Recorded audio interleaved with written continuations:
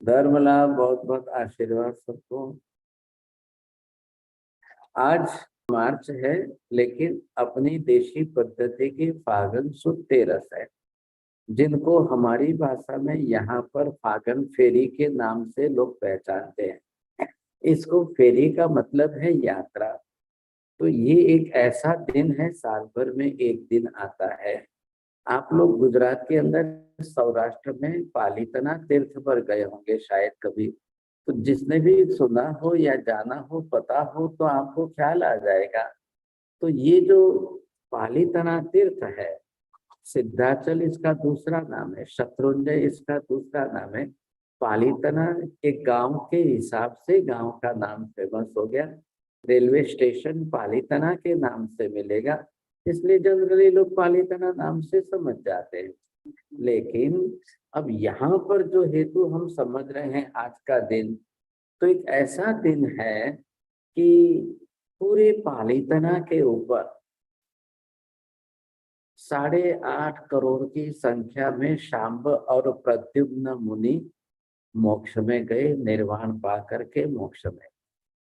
Main person जो है शांब और प्रद्युम्न, ये श्री कृष्ण के पुत्रों में आते। तो ये काल वह नेमिनाथ भगवान के समय का काल जिसको बोलते हैं। कल्प सूत्र के अंदर लिखे या बताए हुए अनुसार तो जाएगा 80 to 85,000 ईयर्स एगो, ये है। अब उस समय की जो बात चल रही है, तो जैसे कि आप पालीतना पर गए हो, तो आपको कभी ख्याल आएगा कि इतना बड़ा जो पालीतना का तीर्थ है, ये बड़े पहाड़ के ऊपर है सर। तो इतने बड़े इस पहाड़ के सराउंडिंग आप जाओ, यहाँ से पूरे पहाड़ की प्रदक्षिणा लगाओ। तो ये प्राचीन भाषा के अंदर इसको कहते हैं 12 गांव कहते हैं। यहाँ पर नंबर 1, अगर आप स्टार्ट करो यहाँ से, तो घूमते हुए सराउंडिंग पूरी प्रदक्षिणा लगाने में 12 गांव का राउंड होता है। दूसरी प्रदक्षिणा छोटी है कि जिसके अंदर इसको बोलते हैं 6 गांव का।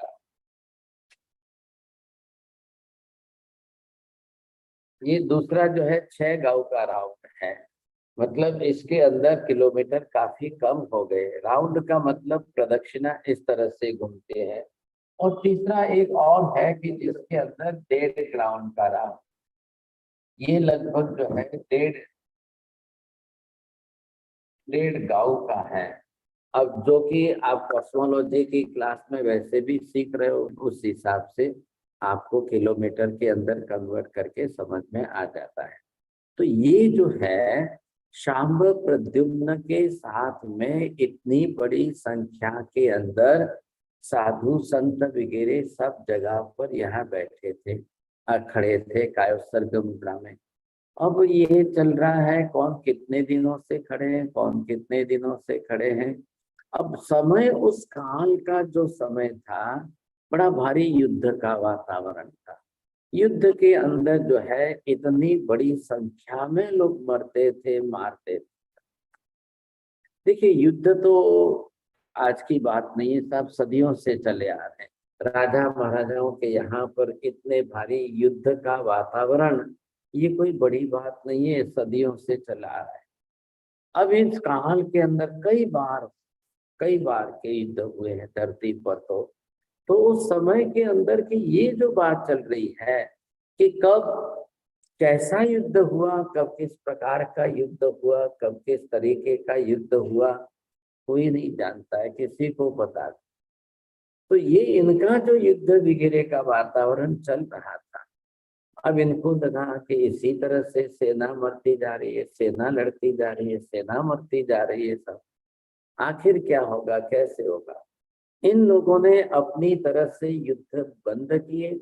युद्ध बंद करने के बाद अब अपने किए हुए युद्ध का, मरे हुए सैनिकों का, मारे हुए लोगों का प्रायश्चित क्या करेंगे, हम कैसे करेंगे। आखिर तो पंचेंद्रिय मनुष्य ही मरे। इतने बड़े युद्ध के मैदान के अंदर पंचेंद्रिय मनुष्यों की मृत्यु हुई है। अब इनका कैसे करेंगे, हम क्या प्रायश्चित करेंगे, कैसे होगा, कैसे होगा। ये इनकी जो डर थी, इसके अंदर इन्होंने सबने दीक्षा ली, साधु बन गए, संयम जीवन के अंदर आए और तब तपस्या, व्रत करो, तप करो, कायोत्सर्ग करो, ध्यान करो, अपने किए हुए पापों का प्रायश्चित करके हमें पाप कर्म क्षय कर। दूसरा कोई विकल्प नहीं है सर। आयुष्य तो बीतता जाएगा, आयुष्य चलता जा रहा है, कब पूरा हो जाएगा पता ही नहीं चलेगा साहब। और ये पाप कर्म सिर पर रह गए तो क्या करेंगे, फिर कैसे होगा। तो फिर तो हमको जो है ये कर्म साथ में लेकर ही चलना पड़े। हम तो कर्म साथ में लेकर जाएंगे सर। अब साथ में लेके जाएंगे तो एक बात समझ लीजिए, युद्ध के मैदान में मरना मारना, क्योंकि पंचेंद्रिय मनुष्यों की हिंसा हो, तो फिर नरक गति का कर्म बन। अब नरक गति में जाना पड़े, ऐसी परिस्थिति नौबत आ जाएगी सर। ऐसी स्थिति के अंदर करेंगे तो कैसे करेंगे बताइए आप। तो ये जो स्थिति चल रही थी, शांब प्रद्युम्न ने शांति से बैठा करके इनके साथ के सब साधु संतों को समझाया, देखो भाई हमारा तो निर्णय ये है, हम तो ये युद्ध करना नहीं चाहते, हमको तो युद्ध नहीं करना है। क्या करेंगे, इतना युद्ध करके जमीन का टुकड़ा ही तो मिलने वाला है, उसी के लिए लड़ना मरना, नहीं नहीं, नहीं, ये हमको नहीं करना है, ये नहीं करना है। ऐसे स्थिति में आकर के इन्होंने अपनी तरफ से, हम तो दीक्षा लेकर साधु बन करके इसका प्रायश्चित करेंगे और काउसग ध्यान और व्रत तप करके हम अपने प्राण त्यागेंगे, लेकिन हमको दुर्गति टालनी है, नरक में नहीं जाना है, हमें अपना आत्म कल्याण करना है। सब मान गए, बिल्कुल सही बात है आपकी। क्यों नरक में जाके सागरोपमों तक नरक की वेदना पीड़ा सहन करेंगे, तो यही अच्छा है ना। फिर चारित्र ले करके यहीं पर उदीर्णा करके, तब तपस्या व्रत करके, कायसर्ग करके, ध्यान, जिससे भी जिस तरीके से जितनी मैक्सिमम निर्जरा हो जाए, मैक्सिमम कर्म क्षय हो जाए, बस ये करने में ही ज्यादा फायदा है।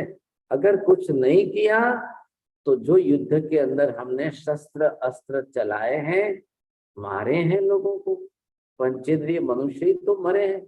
अब किसी का गला कटा है, किसी के हाथ पैर कटे, कोई तड़प तड़प के मरा है युद्ध के मैदान में, तो और होता ही क्या है, यही तो हो रहा है। तो बोले इससे हमको तो बचना है, छूटना है, हमको इस पाप में नहीं पड़ना, हम नहीं पड़ना चाहते। इन्होंने अपने तरीके से निर्णय बदल दिया था, बिल्कुल निर्णय बदला, और निर्णय बदल करके इन्होंने दीक्षा लेकर साधु जीवन में आ गए। अब थोड़ा बहुत जो ज्ञान था उसका उपयोग करते रहे। अब गुरुओं से जो सीखते गए, उसके सीखते सीखते एक ही लक्ष्य रखा है कि हमको कर्म क्षय करना ही करना, कैसे भी करके कर्मों की निर्जरा करनी ही करनी, हमारा दूसरा कोई उद्देश्य ही नहीं। ये करने के लिए जो इन्होंने पुरुषार्थ किया था, अब इसमें कुछ कितने दिन तक रहे, कुछ कितने दिन तक चले, कुछ कैसे कितने दिनों तक चले, और उसका परिणाम क्या आया, कैसा परिणाम आया, किस तरह का परिणाम आया, कि जैसे जैसे इनके कर्मों की निजरा होती गई। अब ये जितने दिनों का खेल हो, आप ये समझने की कोशिश करिए कि इतने दिनों का जो क्रम चल रहा था, इतने दिनों के अंदर ये समझ लीजिए महीने भर का, तो एक दिन दो दिन ऐसे करते करते, अब ये करते करते जो आयुष्य जीवन का चल रहा है, अब ये कोई आयुष्य तो किसी का रुकता ही नहीं है था, लेकिन किसी के कर्म यहाँ क्षय हो गए, केवल ज्ञान प्राप्त कर लिया, किसी के कर्म यहाँ क्षय हो गए, उन्होंने यहाँ केवल ज्ञान प्राप्त कर लिया, किसी के कर्म कहाँ क्षय हुए, चार घाती कर्मों का क्षय होता है तो ही केवल ज्ञान होता है, नहीं तो नहीं होता है। ये भी बात इतनी सही है। तो कर्म क्षय करने के लिए भाव परिणाम सारे एक तरीके होने ही चाहिए, ध्यान तो उसी प्रकार का होना चाहिए, नहीं तो दूसरा विकल्प ही नहीं। अब तप तपस्या व्रत जिसके जो जितने जैसे चल रहे थे बरोबर चल रहे थे, जो जैसे चल रहे थे। अब उन कर्मों का क्षय कितने प्रमाण में, तो जब जब जिसको जिस तरीके से केवल ज्ञान होना है होता था। लेकिन ये जो लास्ट डेट है इसका टाइम जो है जिसको कहते हैं फागण,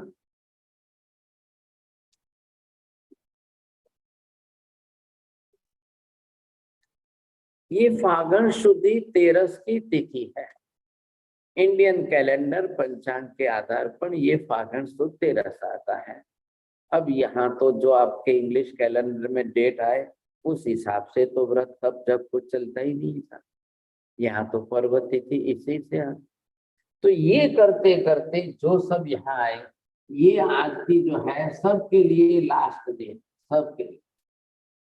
अब इस लास्ट डेट के अंदर यहाँ पर आते आते जिनका सबका निर्माण होता गया और वो जो है यहाँ मोक्ष में पहुंचते गए। अब आप सोचिए, दिमाग तो काम नहीं करेगा सब, हम तो सोच भी नहीं पाएंगे। लेकिन इतनी बड़ी संख्या, मतलब कितनी बड़ी संख्या है ये सोच लीजिए आप। अब 8.5 करोड़ की संख्या में इतने आत्माओं का पहले केवल ज्ञान हो जाना, यहाँ लास्ट दिन में 8 कर्मों का क्षय हो जाना, सबका मोक्ष में जाना, सबको निर्वाण प्राप्त होना, ये तो हो रहा है 4 कर्म से। जो जो 4 घाती कर्मों का क्षय करे उनको तो केवल ज्ञान हो जाए। लेकिन यहाँ तो रिजल्ट किससे आएगा साहब, ये वाला रिजल्ट यहाँ तो 8 कर्मों का पूर्ण क्षय होगा तो ही बनेगा। अब इन 8 कर्मों में तो एक अंश भी बाकी नहीं रहना चाहिए, एक अंश भी, तो ही मोक्ष में जाएंगे सब। अब ये जो मोक्ष में जाने के लिए इतना बड़ा ऊंचा स्थान है, अब कितने आत्मा गए, कितने लोग, और कोई है नहीं, दूसरे कोई नहीं है, सब जो है युद्ध के मैदान वाले। अब ये किसी की दिमाग में बात उतर सकती है, कोई सोच भी सकता है, किसी को पता भी चल सकता है क्या, संभव भी है क्या? तो फिर आप तो नहीं कहोगे नहीं नहीं नहीं ऐसा तो नहीं होता है, ऐसा तो संभव नहीं है, ऐसा तो नहीं होता है। चलिए जो भी आप समझो, जो भी आप जानो वो ठीक है आपके हिसाब से। लेकिन इतिहास इस बात का है, इतिहास। अब इतने आत्मा मोक्ष में गए तो क्षेत्र तो इतना ही है। अब उस जमाने में मतलब 85,000 ईयर्स बिफोर, उस काल के अंदर, उतने लंबे काल के अंदर उस समय पालीताना का विस्तार कितना बड़ा था, कितना बड़ा, कितना बड़ा क्षेत्र था, सोचिए समझे क्या नहीं। तो इतनी बड़ी करोड़ों की संख्या में यहाँ पर सब जगह कायोत्सर्ग ध्यान में खड़े, क्योंकि बिना ध्यान के भी केवल ज्ञान नहीं होता है और बिना ध्यान के निर्वाण मोक्ष गमन भी नहीं, दोनों बात है। इस तरीके से जिन्होंने भी यहाँ पर जहां जहां जो जहां बैठे रहे, जो जहां रहे, उन्होंने अपना कर्म क्षय कैसे किया, 4 घाती कर्मों का क्षय। अब ये तो जब भी हो, जिस किसी को भी हो, तो परमानेंट सिस्टम तो एक ही है, सबके लिए परमानेंट सिस्टम एक ही है। और जिस समय उस सिस्टम में आ जाए व्रत पचखान का अवसर, तब तब और निद्रा हो तो 4 घाती कर्मों का क्षय हो तो सबके लिए एक सरीखा रिजल्ट, चाहे महावीर स्वामी को हो, चाहे शांतिनाथ को, चाहे आदिनाथ को, सबका एक ही कर्म क्षय तो होना ही है। 4 घाती कर्मों का क्षय होने से केवल ज्ञान तो होना ही, दूसरा तो कोई विकल्प ही नहीं है। ऐसी स्थिति के अंदर जब आज के एक दिन फागुन सुद 13 के दिन 8.5 करोड़ की संख्या में शांब मुनि और प्रद्युम्न मुनि दोनों जो है अपने साथ के समस्त साधु संतों के साथ निर्वाण पा करके मोक्ष में गए। अब उस दिन से जो एक हिस्ट्री निर्माण हुई, एक इतिहास बना है, तो आज हजारों वर्षों से लाखों लोग पालीताना जाते हैं, वहां पर प्रदक्षिणा देते हैं। क्यों देते हैं? उस भूमि का स्पर्श करते हैं सब। आप लोगों में से जिनको गुजराती लोगों को थोड़ा बहुत ख्याल है, भांडवाना डूंगर छे, चंदन तलावड़ी छे, वो सबका अपना इतिहास है, बहुत बड़ा इतिहास है। वो गुजराती लैंग्वेज है, तो भाव भांडू शब्द भाई बांधव को कहते हैं। बांधव, भाई बांधव जो है उसके लिए भांडू शब्द आ गया, तो ये प्रचलित आ गई, भांडवाना डूंगर करके लोग बोलते हैं। तो वहां पर जो है इतने लोग एक साथ रहे और सब खड़े खड़े का अवसर में ध्यान में है। अब अनशन कर लिया हो, केवल ज्ञान हो भी गया हो, लेकिन कायोत्सर्ग ध्यान में खड़े तो आंख खोलनी नहीं है, अब पानी पीना नहीं और पेशाब करना नहीं है, जाना ही नहीं है सब, अपनी अपनी तरह से मेडिटेशन में स्थिर है। अब हो भी गया, केवल ज्ञान भी हो गया, लेकिन केवल ज्ञान हुआ तो ये भी पता चल गया कि हाँ सब आयुष्य थोड़ा ही बाकी, बिल्कुल थोड़ा आयुष्य बाकी। तो क्या करना है फिर? इतना थोड़ा सा आयुष्य बाकी है तो हम कायोत्सर्ग तोड़ करके, बात ये छोड़ करके और कहाँ जाएंगे? क्या करना क्या है? अब दूसरी कोई अदर फिजिकल एक्टिविटी में इधर उधर तो कुछ करना नहीं, जाना नहीं। इतनी स्थिरता बनाए, इतनी एकाग्रता बनाए, सोचिए। तो ये जो एरिया आप देख रहे हो पालीताना तीर्थ का एरिया, एक बात और समझ लीजिए डॉक्टर साहब, पूरे महाविद्य क्षेत्र में नहीं है कहीं पर भी। हालांकि महाविद्य क्षेत्र में तो क्या है, कहीं से भी कोई भी मोक्ष में जाए, कहीं से कोई भी जाए, रोज जा रहे हैं, रोज जा रहे हैं। वहां तो दिन खाली जाना मुश्किल है। लेकिन हमारी धरती पर आज क्या हो रहा है, यहाँ हम बैठे हैं ना भरत क्षेत्र के अंदर, तो यहाँ पर ये पालीताना की तीर्थ भूमि ही एक क्षेत्र ऐसा है, इतना सा दायरा है, लिमिटेड एरिया है, लेकिन बार बार बार बार कई बार यहाँ से जो है मोक्ष में गए हैं। बस दिन बदलते रहे। कभी चैत्री पूनम आई तो 5 करोड़ की संख्या, कहीं कार्तिकी पूर्णिमा के दिन आए तो 10 करोड़ की संख्या, कभी आसो की पूर्णिमा की संख्या आई तो 20 करोड़ की संख्या। अब इतने दिन जो अलग अलग बीते हैं, इतने दिन, क्योंकि साल भर के 360 दिन, अब कब कितने मोक्ष में गए, कब कितने मोक्ष में गए, अब टाइम या तारीख वार सबका तो मिले या न मिले, लेकिन आज का तो मिला है, फागुन सुद 13 का तो दिन मिला है, इतिहास में मिला है। ऐसे कई दिन आते हैं, इसलिए आज के दिन पालीताना पर लाखों लोग जाते हैं, 2-4 लाख लोग,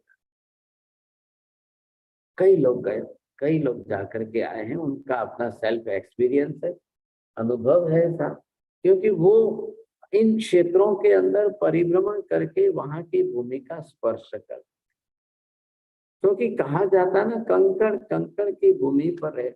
अब जमीन तो कोई बदली नहीं है सब, जमीन तो वहां की वही है, जो है जैसी है वही है सब। तो ये आज भी वहां पर हजारों साल से कंकड़ कंकड़ की भूमि जो है, तो लोग प्रदक्षिणा करने जाए। अच्छा, वो यात्रा करके इतने लंबे टाइम तक फिर यात्रा करके नीचे उतरेंगे, तो कई बाहर से लोग जाते हैं, वहां पर पाल बांधते हैं, उसकी वहां की गुजराती लैंग्वेज में शब्द है पाल बांधेंगे सर। अब इतने लोग यात्रा करके जब नीचे उतरते हैं, तो वो सब लोग उनकी साधर्मिक भक्ति करते हैं, उसको कहते हैं बाल भक्ति कहते हैं।